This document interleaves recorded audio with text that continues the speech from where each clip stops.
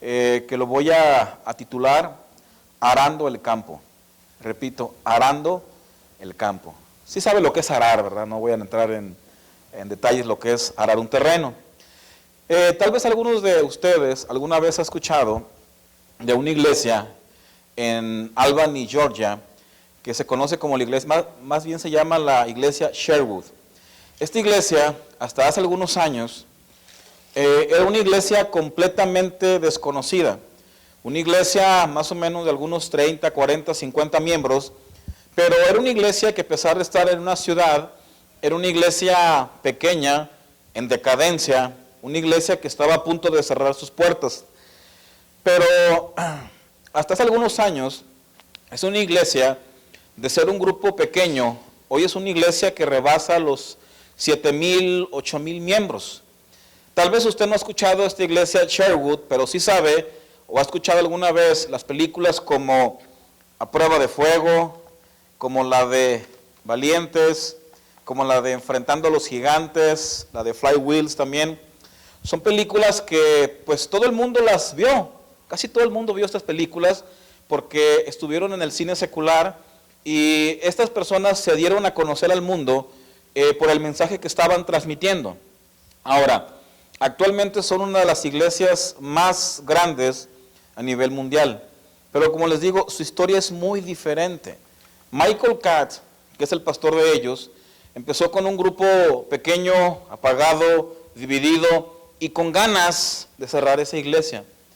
¿Cómo pudo una iglesia pasar de ese estado y de esa condición a una iglesia que actualmente es una de las iglesias con un mover maravilloso del Espíritu Santo de Dios y una iglesia donde todas las personas que van, llegan y dicen, verdaderamente este es un lugar donde la presencia y el mover del Espíritu Santo es muy fresco? Ahora, ellos no son una iglesia emocional, son una iglesia de la palabra, pero también son una iglesia que le dan ese fluir del Espíritu Santo de Dios en el lugar.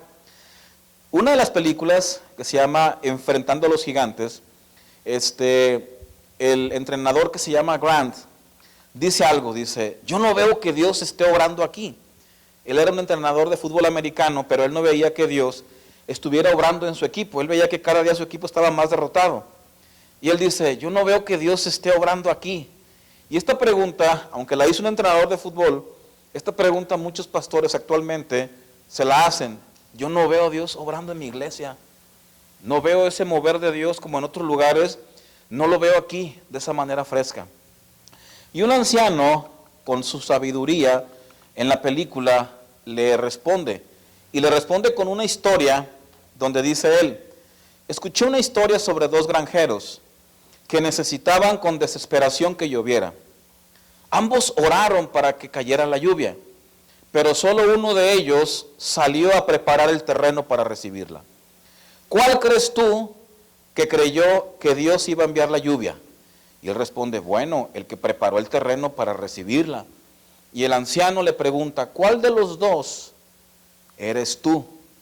Dios enviará la lluvia cuando estés listo. Necesitas preparar tu campo para recibirla. Hermanos, arar la tierra es necesaria para preparar el fluir del Espíritu Santo de Dios en nuestras vidas, en nuestra iglesia y en cualquier cosa que hagamos. Recuerden que el Espíritu Santo de Dios, cuando el mundo estaba desordenado, dice que volaba sobre la tierra, pero no se sentaba en ella. Fue hasta que Dios trajo orden que realmente vino esa vida a la tierra. ¿Por qué? Porque Dios necesita que primero la tierra sea arada para que la lluvia pueda venir. Salomón trabajó duramente antes de que descendiera el Espíritu Santo de Dios sobre el templo. Trabajó duramente en la construcción de un templo. ¿Para qué? Para que descendiera el Espíritu Santo de Dios. Si nosotros no vemos el mover del Espíritu Santo de Dios en nuestras vidas, en nuestra iglesia, deberíamos de preguntarnos si realmente estamos haciendo la obra de preparar el terreno en nuestra iglesia. Porque Dios desea enviar la lluvia, pero Dios no puede enviar la lluvia sobre un lugar donde no está preparado. Yo quiero ver la obra de Dios en mi vida. Yo deseo ver la obra de Dios en la iglesia, en los jóvenes, jóvenes que no solamente lleguen a high school, que terminen sus maestrías, que terminen sus doctorados y que sean hombres de Dios, que a través de la palabra de Dios ellos defiendan lo que es la palabra de Dios, de los ateos y de los evolucionistas. Que sean jóvenes que realmente levanten el nombre de Dios. Pero para eso los jóvenes necesitan prepararse y estudiar para defender el nombre de Dios. ¿Cuánto dicen amén? Hay momentos donde yo me he sentido como Grant Taylor, donde no veo el fluir de Dios obrando en nuestra iglesia.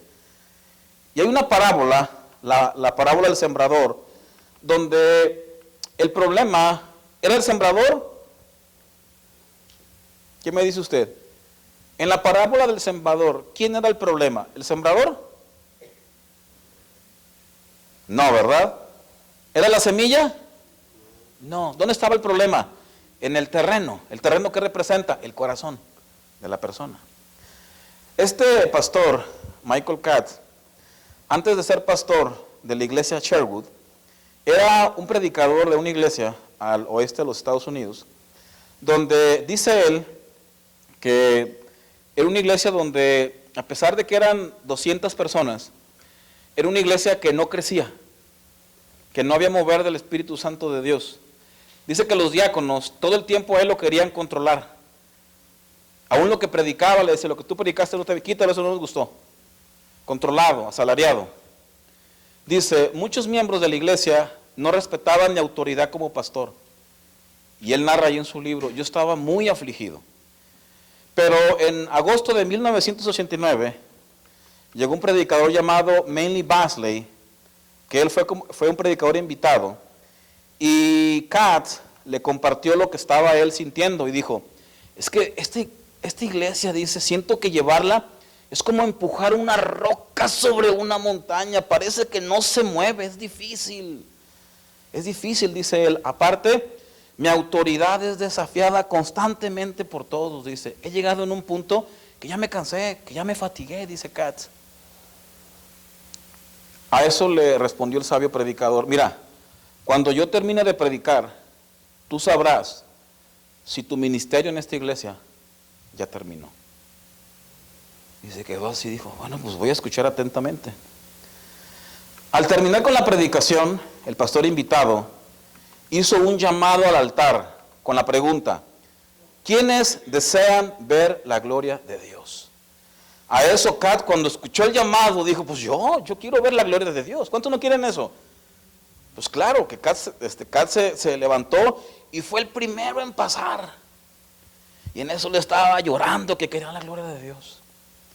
En eso el pastor invitado se le acerca, ora por él y dice, ahora ya sabes la respuesta. Y él estaba con los ojos cerrados y dice, no, pues todavía no sé. No sé si debo seguir o me debo ir a Sherwood, que me están invitando a aquella iglesia. No sé, dijo él. En eso se levantó él del altar y volteó. Y se dio cuenta que él era el único que había pasado. Y narra ahí en su libro, dice él, cuando miré a la congregación, miré a las personas con sus miradas fijas y ausentes, dice, alineados en sus bancas, con caras aburridas e indiferentes, y otros ya recogiendo sus cosas corriendo para irse. Supe que mi llamado en ese lugar ya había terminado.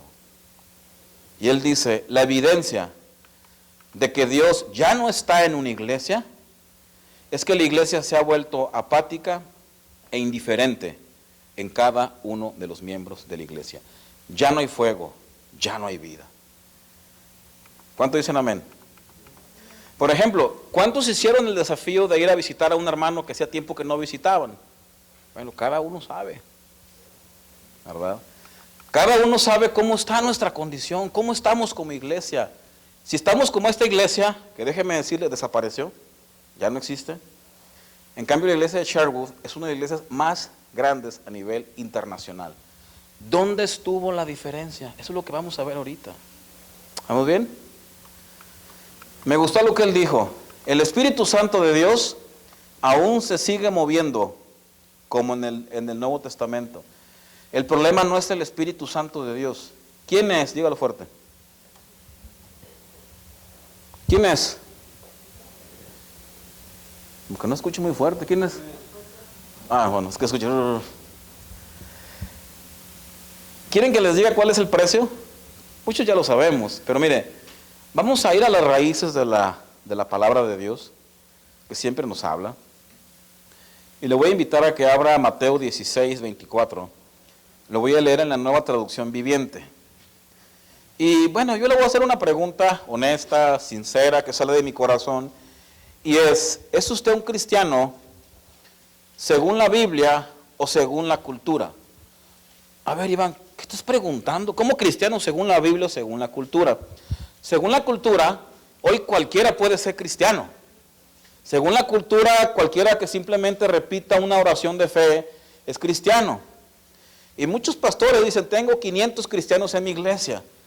Pero, ¿quién cree usted que dictamina o es el estándar para decirnos si una persona es cristiana o no? La Biblia. La Biblia es la única, el único documento fidedigno que tenemos donde podemos ver si realmente nuestra vida coincide con una vida cristiana o no. Y dice aquí en esa traducción, luego dijo Jesús a sus discípulos, si alguno de ustedes quiere ser mi seguidor, repite esta oración, Señor Jesús, te acepto como mi Salvador. ¿Dice así? No, aquí dice, tiene que abandonar su manera egoísta. En la Reina Valera, ¿qué dice? Niéguese a sí mismo. ¿Qué es negarse? Abandonar nuestra manera egoísta de vivir. Tomar su cruz. ¿Una cruz qué significa? Muerte. Cruz es muerte. Ahora, ¿qué significa ser cristiano? Morir. Punto. Eso es ser cristiano. Cristiano significa morir. ¿Morir a qué? Morir al yo, morir al ego. Fíjense, Jesús le predicó a dos ricos. Primero a un joven rico que le reveló la condición de su corazón. Pero en lugar de responder con arrepentimiento, este se alejó. Pero también le predicó a otro rico llamado Zaqueo, que cuando vio la condición de su corazón, respondió al mensaje, haciendo un cambio palpable. Y déjeme decirle algo, muchos cristianos somos como el rico o como Zaqueo. Escuchamos un mensaje de la palabra, nos revela la condición de nuestro corazón.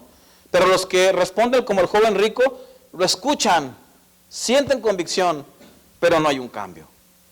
Pero los que responden como Zaqueo, escuchan, reciben convicción y dicen, realmente esta palabra es para mí, y hay un cambio. ¿Cuál de los dos somos nosotros? La mayoría de muchas iglesias, hermanos, está siendo llenada con personas que creen que son cristianas y no lo son. Muchísimas iglesias creyendo que son cristianos, pero déjeme decirle, según la Biblia, son más personas las que no son cristianas que las que son. Y más en este tiempo que estamos viviendo, que el mensaje de la palabra se ha diluido. Porque hoy se ofrece un mensaje muy fácil y muy ameno, pero vamos a abrir la parábola del sembrador en Mateo 13, por favor, acompáñeme. Mateo 13, verso 3. Fíjense lo que la parábola del sembrador dice. Tiene muchísima sabiduría esta parábola. Y dice en el verso 3, y les habló muchas cosas por parábolas diciendo, he aquí el sembrador salió a sembrar, y mientras sembraba, parte de la semilla cayó junto al camino, y vinieron las aves y comieron. Parte cayó en pedregales donde no había mucha tierra, y brotó pronto porque no tenía profundidad de tierra. Pero salió el sol, se quemó, y porque no tenía raíz, se secó. Parte cayó entre espinos, y los espinos crecieron y la ahogaron. Pero parte cayó, fíjese, en buena tierra, y dio ¿qué? Fruto. Cual a 100, cual a 70, cual a 30 por uno. El que tiene oídos para oír, oiga. Verso 18, Jesús le explica. Oíd pues vosotros la parábola del sembrador. Cuando alguno oye la palabra del reino y no la entiende, viene el malo y arrebata lo que fue sembrado en su corazón. Este es el que fue sembrado junto al camino. Y el que fue sembrado en pedregales, este es el que oye la palabra y al momento la recibe con gozo. Pero fíjense lo que dice el verso 21. Pero no tiene ¿qué? No tiene raíz. ¿Dónde está el problema? En la raíz. Dice, sino que es de corta duración. Pues al venir la aflicción o la persecución por causa de la palabra, luego tropieza. El que fue sembrado entre espinos, este es el que oye la palabra, Pero el afán de este siglo y el engaño de las riquezas ahogan la palabra y se hace infructuosa. Mas el que fue sembrado en buena tierra, este es el que la oye, la entiende, pero no se queda ahí. ¿En qué se queda? Y da fruto. Y produce a 100, a 60 y a 30 por uno. ¿A qué se refiere los de junto al camino? Los de junto al camino son las personas que la palabra les es robada por el maligno. Son aquellas personas que les gusta transitar por todas las corrientes doctrinales de este mundo. Son los que les gusta probar de todo, que abrazan cualquier moda que se venga, el G2, el G3, el G24, les fascina lo nuevo. Son como los filósofos griegos que cuando Pablo llegó dijo, hay un predicador que predica nuevos dioses. O sea, siempre corriendo detrás de la novedad. Son las personas que andan detrás del último ungido. Que hay un ungido que trae una palabra más poderosa y andan buscando predicadores de un lugar a otro. Son personas que por todas partes andan buscando la nueva revelación, al nuevo ungido o quién tiene un mensaje más poderoso. Busca lo novedoso, así como los griegos. Este es un predicador de nuevos dioses. Son amantes del último grito religioso, de la última moda religiosa. Pero cuando Pablo los confrontó a los griegos con su conciencia, dijeron, ya te vamos a oír acerca de esto, Pablo. ¿Por qué? Porque el mensaje de la palabra, hermanos, cuando se expone, todos aquellos que andan de un lugar a otro, de iglesia en iglesia, por las modas religiosas, cuando tú predicas la palabra de Dios, se ofenden y se van. O sea, oyen, pero no ¿qué? Pero no comprenden. Oyen la palabra, pero no la entienden. ¿Sí? Son las personas caminos. Aman las primeras impresiones, pero nunca llegan a comprometerse. Miren, se cree que hay alrededor de 590 religiones en Estados Unidos. Ahora, ¿quiénes son las aves que se comen esa semilla? Pues es el diablo. Pero ¿a quién usa el diablo para comer esa semilla? A todos esos movimientos religiosos. Son personas que pueden andar con los cristianos, con los testigos, con los mormones, con los masones, con los brujos, con todo el mundo. ¿Por qué? Porque no se han afirmado, porque no entienden la palabra de Dios. Y vienen todos esos movimientos y se comen la semilla y se comen la palabra. Y déjenme decirle, las iglesias están llenas de personas así, que tienen que estarles haciendo eventos novedosos para entretenerlos en ese lugar. No entienden nada de lo que se dice, pero lo que a ellos les gusta es que trajeron a Marcos Witt, a Marcos Barriento, que traen cantantes a esa iglesia, y así los tienen contentos. Pero tú les hablas de la palabra y no la entienden. Si en otro lugar les ofrecen otra moda, para allá se van también, porque no entienden la palabra de Dios. ¿Estamos bien?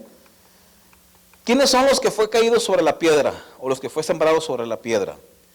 O sea, estos oyen, estos la entienden, ¿verdad? La reciben incluso con gozo. Pero ¿dónde está el problema de ellos? Dice aquí, que no tiene ¿qué? No tiene raíz. No tiene raíz. O sea, existen personas cuya filosofía religiosa es, mientras me va bien creo, pero cuando no me va bien, me aparto de Dios. Y aquí hay dos tipos de personas que yo he visto. Es posible que la persona solamente, la palabra solamente haya caído en el intelecto, en la mente. Hay gente que sabe la Biblia, se las habla de memoria, pero después se vuelven ateos para atacar la misma Biblia. La conocen, la leen, la entienden, pero nunca ha bajado ¿a dónde? Nunca bajó al corazón, no hay raíz. Conocen muchísimo de la Biblia, pero sus corazones son fríos. Pero también puede ocurrir lo contrario. Este tipo de personas son las que la semilla, como no tiene raíz, cae en el terreno de lo sentimental y es pura emoción, todo es pura emoción. Es como dicen por ahí, es una religión de lágrima fácil, pero no hay solidez, no se afianzan. Son aquellos que aceptan la palabra de Dios, pero no tienen la más mínima preocupación por estudiarla o por entenderla. Sus pastores les ofrecen una guía anual para estudiar con los días que deben de leer y le preguntan si no, es que no tengo tiempo, no, es que no me gusta. Allá hay predicadores, aquí no, ¿verdad? ¿Sí están aquí o no? Siempre están buscando el momento efervescente, la frenesí espiritual, el éxtasis espiritual. Sin embargo, cuando se va la palabra, no tienen mucho conocimiento. Para los gritos, para llorar, para el moco, para la saltadera, ahí están. Pero la palabra, es que no tengo tiempo, es que, viera cómo me cuesta, viera que no puedo. Pero para llorar, ahí están. Ahora, no digo que no es correcto llorar, pero cuando toda tu vida espiritual está basada en eso y no en la palabra, no hay una raíz, no hay raíz. Amén. Las personas sobre espinos son las personas que la palabra es ahogada. ¿Por qué? Alguien dígame, ¿por qué es ahogada la palabra entre los espinos? ¿Por qué? Por los afanes de la vida. Jesús dijo, no os afanéis, buscad primeramente ¿qué? El reino de Dios, y luego todas las demás cosas que serán añadidas. O sea, una persona que no tiene en primer lugar el reino de Dios, y cuando digo que tener en primer lugar el reino de Dios, en ningún momento estoy diciendo que no trabaje. Una persona puede ser muy trabajadora, pero siempre tener en primer lugar el reino de Dios. ¿Sí me explico? Ahora, una persona que no tiene en primer lugar el reino de Dios, es muy difícil creer que es un cristiano. Porque los primeros cristianos que conocemos tenían el reino de Dios en primer lugar. Ahora, aquí hay un principio bien importante, dos, en esta parábola. La primera es el corazón de los oyentes. O sea, en una iglesia todos se creen cristianos, pero bíblicamente nos damos cuenta que no todos son cristianos. Y se parte la línea. Hay cristianos que son bíblicamente cristianos y hay cristianos culturales. ¿Quién es un cristiano cultural? Aquel que nombra cristiano a todo aquel que trae una Biblia. Es cristiano cultural. Pero bíblicamente sabemos que cristianos bíblicos hay muy pocos. Por eso Jesús dijo, muchos me dirán en aquel día. ¿Cómo le dirán? Señor, Señor. Y fíjese que Jesús está hablando aquí, no a gente que andaba de borracha, no a gente que andaba en las cantinas, prostituyéndose, drogándose. Está hablando de gente que estaba sentada en una banca así como ustedes, que levantaba manos, que profetizaba, que hablaba en lenguas, que leía la Biblia.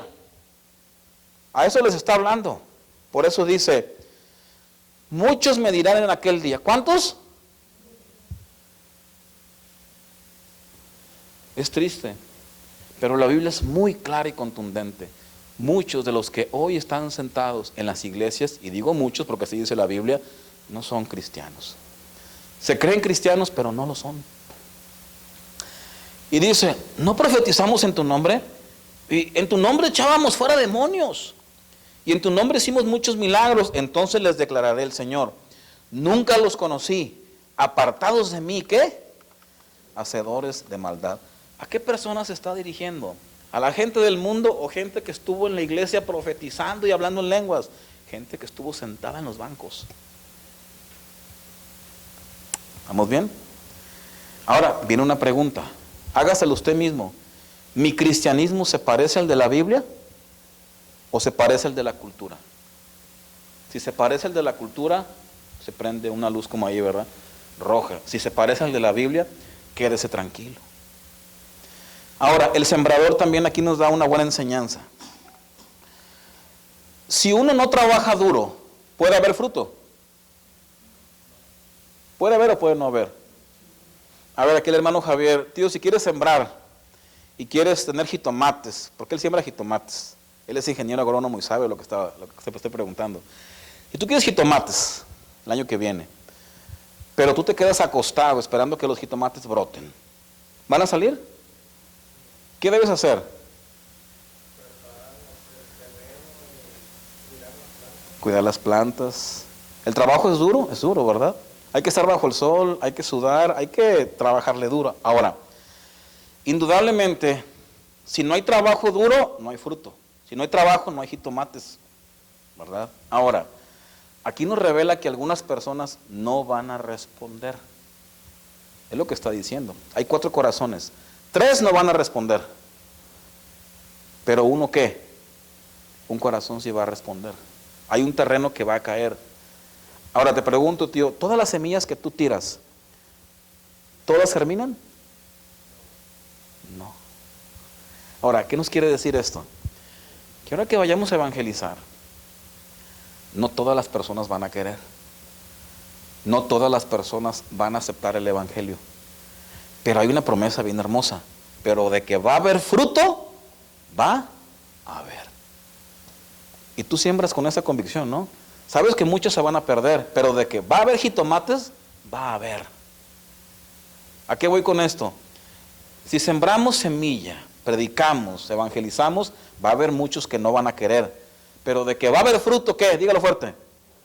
De que va a haber fruto, va a haber. Y es lo que Jesús nos está diciendo aquí. Por eso Él dijo en Marcos 16:15, vayan por todo el mundo y prediquen el evangelio a toda criatura. El que creyere y fuere bautizado será salvo, mas el que no creyere será condenado. Y me gusta lo que dice aquí. Y estas señales seguirán a los que creen.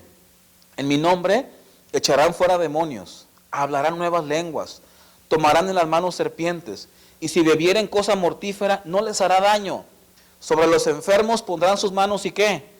Y sanarán. Ahora, viene una pregunta aquí. ¿Cómo pudo una iglesia crecer tan enormemente y aún bajo persecución? ¿Cómo pudo?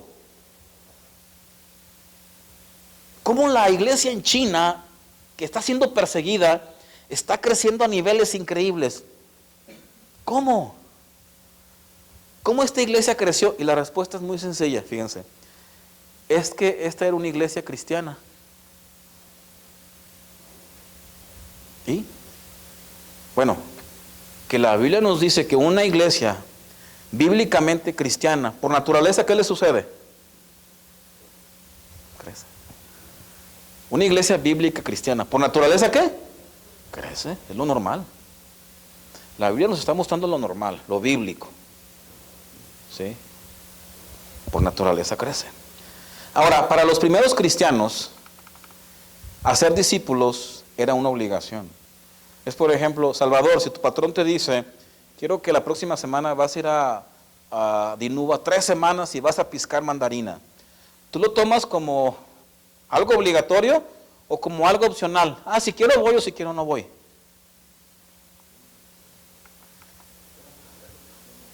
Lo tomas como algo obligatorio. Ahora, la gran comisión, ¿es opcional o es obligatoria? Muchos no hablan, están como en la primera iglesia. ¿Cómo es? ¿Cómo? ¿Es un mandato o es opcional? Pues es un mandato. Ahora, fíjense algo muy importante. Note cómo el fluir de los milagros, de las sanidades, de la lengua, está ligado con el hacer discípulos.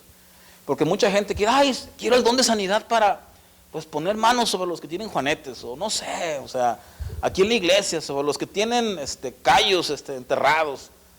Pero no, hermano, los dones no funcionan así. Si usted ve aquí en la Biblia, nos está diciendo que los milagros suceden, o los dones operan, o las herramientas Dios te las activa en ti, cuando estamos haciendo la obra de Dios. ¿Me explico o no? Ahí es cuando los dones operan. ¿Qué hacía Pablo cuando lo mordió una serpiente? Porque dice ahí que nos morderán serpientes y nada nos hará. Pero también debe de ver qué está haciendo. A lo mejor el hermano Gilberto un día va saliendo de un bar y lo muerde una serpiente y Señor, no me respondiste. No, ¿dónde andaba Pablo? ¿Qué andaba haciendo Pablo? Dígalo fuerte, haciendo la obra de Dios. ¿Sí o no? ¿Qué hacía Esteban cuando vio el cielo abierto? Predicando el evangelio. ¿Qué hacía Pedro cuando sanó al inválido?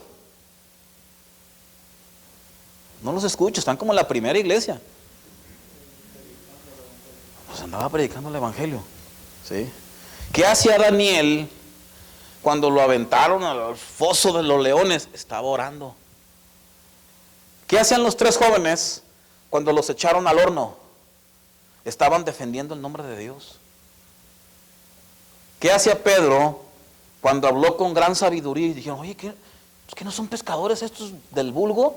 ¿Qué hacen ellos? Estaban predicando, estaban en una situación extrema por haber predicado el evangelio.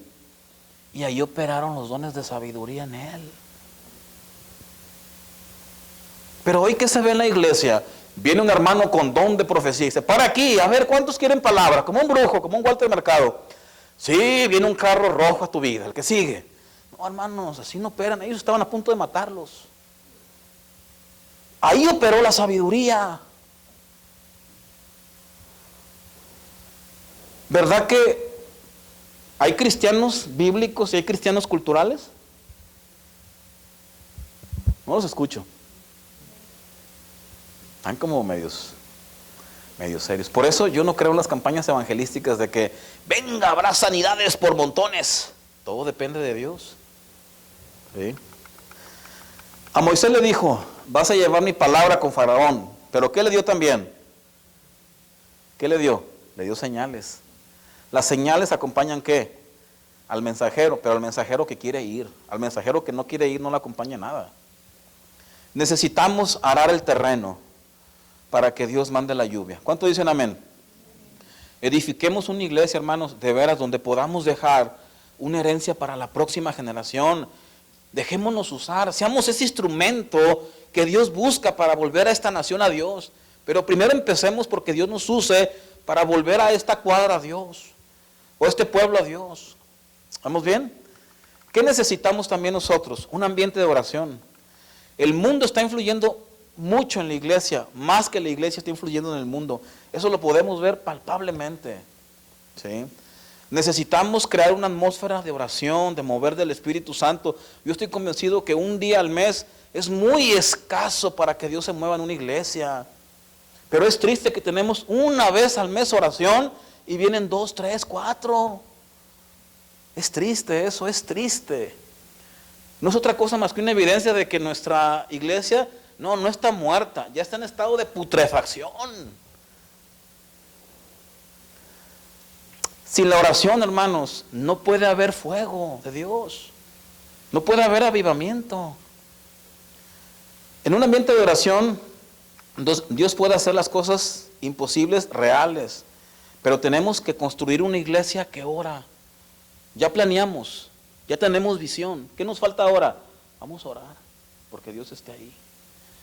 Este pastor Michael Catt, fíjense lo que dijo él.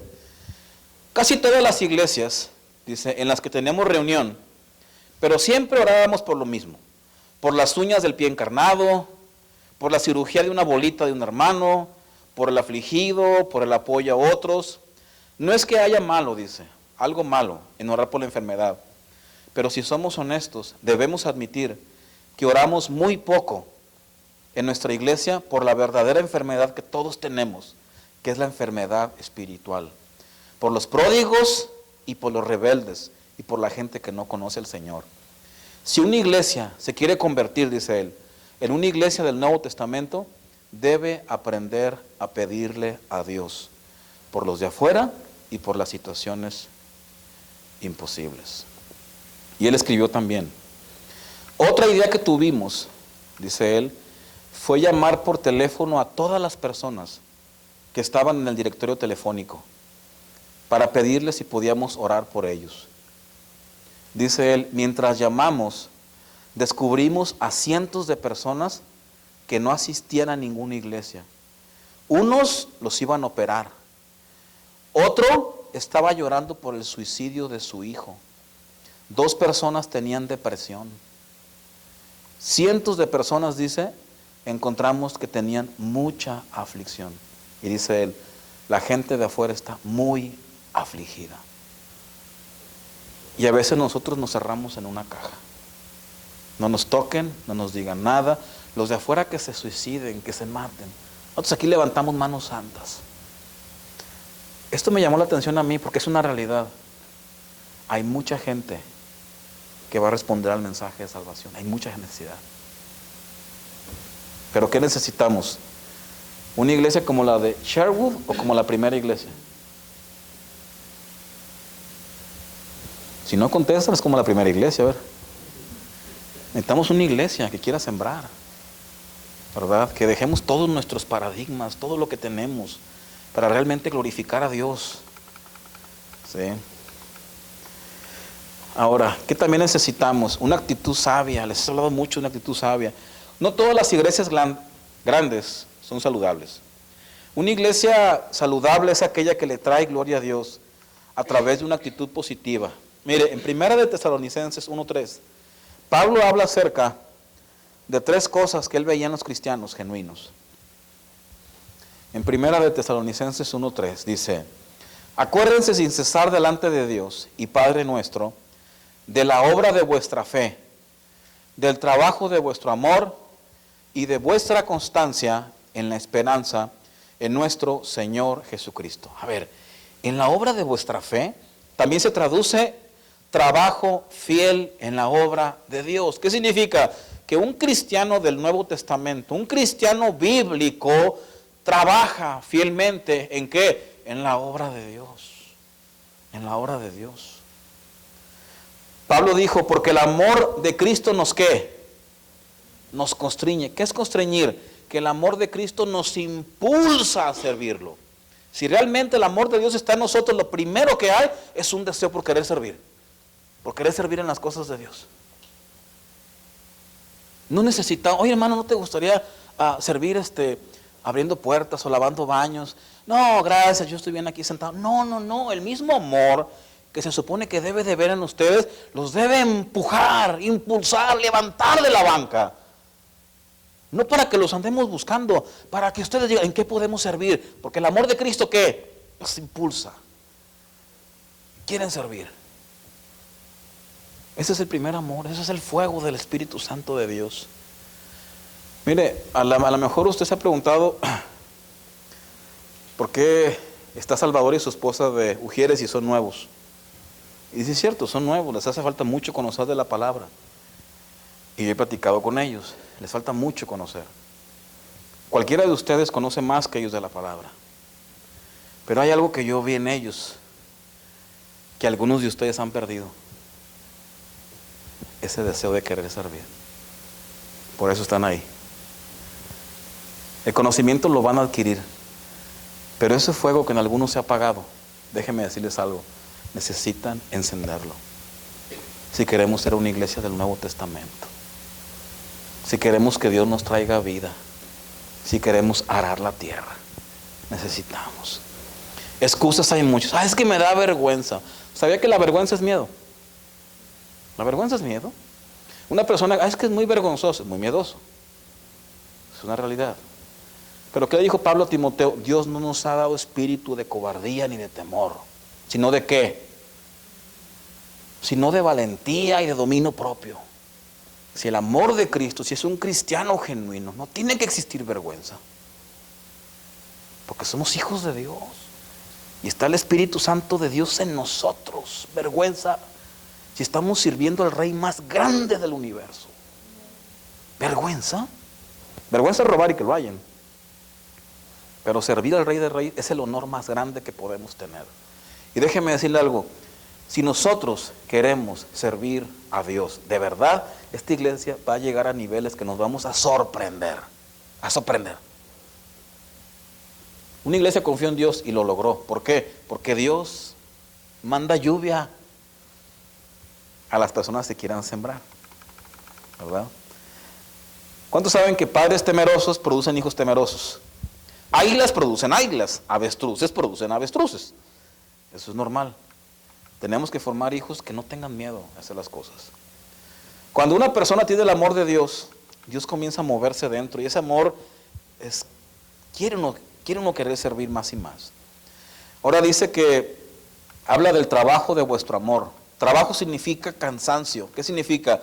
Si queremos hacer la obra de Dios, tenemos que trabajar hasta cansarnos. Tenemos que movernos por amor a Dios, hasta fatigarnos. Dice este pastor, cada año hacemos 2 celebraciones en la ciudad. Una que se llama Candy Fest, es para contrarrestar la celebración de Halloween. Y otra es Freedom Festival, que se hace el 4 de julio, para contrarrestar el 4 de julio. Y fíjense lo que dice él. Estos 2 eventos requieren de cientos de horas de trabajo de las personas. Y requiere de cientos de libras de carne para asar, refrescos, fruta. Pero me sorprende, dice, porque la gente es muy generosa en dar su tiempo y su dinero para estos eventos. Y dice, hemos tenido a veces hasta 5,000 personas de toda la ciudad y muchas de ellas se quedan a escuchar la palabra de Dios. Qué tremendo. Él también dice, este es un tiempo difícil para predicar la palabra. En eso estamos de acuerdo, ¿verdad? Es un tiempo difícil. Con todos los escándalos religiosos en la actualidad, en los medios de comunicación, tenemos que trabajar más duro para que la gente nos crea. El mundo nos está observando, vigilando, examinando, para ver si realmente hacemos lo que decimos. Y el mundo, hoy más que nunca, está más al pendiente si realmente lo que predicamos lo hacemos nosotros mismos. Muchas iglesias están diluyendo el evangelio. Hay iglesias que yo sé que tienen mucha gente, tienen multitudes, pero llevan sus iglesias con cantantes, eventos, pero no hay palabra. Son como los del terreno duro. Pero nosotros queremos formar una iglesia que realmente conozca la palabra de Dios y que sea el Espíritu Santo de Dios el que convierta a esas personas. Como una iglesia, hermanos, mediocre y pequeña como Sherwood, hoy es una iglesia con más de 8,000 miembros. Una iglesia conocida casi en todo el mundo. Tienen su propio edificio. Tienen 2 escuelas cristianas. Tienen un centro deportivo, canchas de fútbol, básquetbol, tenis, natación. Tienen un hospital. Ellos son ejemplo de que el Espíritu Santo de Dios se sigue derramando y sigue llevando a cualquier grupo de personas que le crea a Dios. Y Dios lo sigue haciendo. El problema actual de muchas iglesias, hermanos, es el activismo. Tienen muchas personas, pero no tienen raíz, son emocionales. Pero Dios quiere que con la sana doctrina, el Espíritu Santo de Dios aún sigue vivo. ¿Cuántos dicen amén? Aún sigue vivo el Espíritu Santo. Y a mí me gustaría realmente saber hasta dónde Dios puede llevar a esta iglesia. ¿Cuántos están de acuerdo? ¿Cuántos quisieran ver hasta dónde Dios puede llevar a esta iglesia? A mí me gustaría saber hasta dónde Dios la puede llevar. Con un grupo de personas que quiera preparar el terreno. Y Dios nos enviará la lluvia. ¿Cuál es la diferencia entre Sherwood y nosotros? O entre Sherwood y la primera iglesia. Que ellos quisieron ver la gloria de Dios. Ahora yo les quiero preguntar, ¿cuántos quieren ver la gloria de Dios? Dios tal vez no se va a mover igual, tal vez nos puede usar en otras áreas, pero Él sabe a dónde nos va a llevar. Les vuelvo a preguntar, ¿cuántos quieren ver la gloria de Dios? ¿Qué hicieron ellos para ver la gloria de Dios? Araron el terreno y trabajaron duro. Y termino con la pregunta que Grant le hizo al anciano. ¿Cuál crees tú que creyó que Dios iba a mandar la lluvia? ¿El que preparó el terreno para recibirla o el que no? Dijo él, el que preparó el terreno para recibirla. Ahora yo les pregunto, ¿cuál de los dos queremos ser? ¿El que preparó el terreno o el que no preparó el terreno? Solamente hay 2 tipos de personas, hermanos, los que quieren ver la gloria de Dios y los que están bien como están. Yo le quiero preguntar, ¿estamos bien como estamos o queremos ver la gloria de Dios? Yo quiero ver la gloria de Dios. ¿Qué quieren ustedes? ¿Qué quieren? Bueno, unámonos para preparar el terreno. Amén. Póngase de pie, hermanos. Yo voy a invitar a que todos aquellos que quieren ver la gloria de Dios, hermano, ayúdame con una alabanza ahí atrás, ¿no? Los voy a invitar a que pase. Todos aquellos que queremos ver hasta dónde Dios nos